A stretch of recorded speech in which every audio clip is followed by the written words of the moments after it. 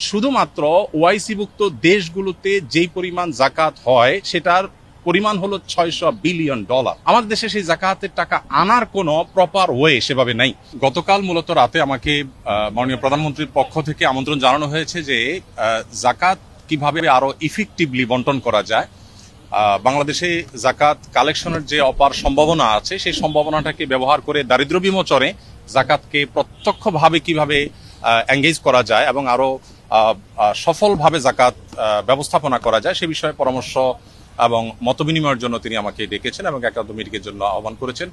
তো আমরা যেহেতু আপনারা জানেন আসুন্না ফাউন্ডেশনের মাধ্যমে আমরা জাকাত নিয়ে কাজ করে থাকি বিগত 6-7 বছর যাবত, এবং শুধু গত 1 বছরের হিসেব অনুযায়ী আমাদের মাত্র 13 কোটি টাকা খরচ করে আমরা 2100 বেকার তরুণ তরুণীকে আমরা পৃথকভাবে স্কিল ডেভেলপমেন্টমূলক প্রশিক্ষণ দিয়ে তাদেরকে আমরা কর্মসংস্থানের ব্যবস্থা করে দিয়েছি।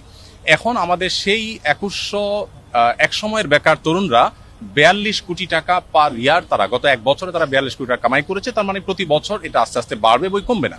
তো এই যে জাকাতের অর্থে স্কিল ডেভেলপ করে বা স্বাবলম্বী করে স্থায়ী দারিদ্র্য বিমোচনের পথে নিয়ে যাওয়ার ক্ষেত্রে আমাদের আসুন্না ফাউন্ডেশনের কিছু অভিজ্ঞতার জায়গা আছে।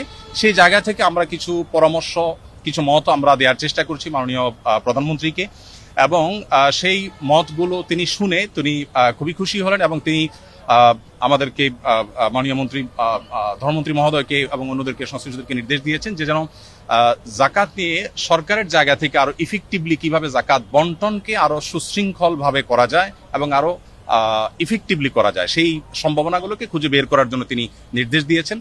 তো এখানে মন্ত্রী মহোদয় তাদের জায়গা থেকে তারা কাজ করবেন ইনশাআল্লাহ।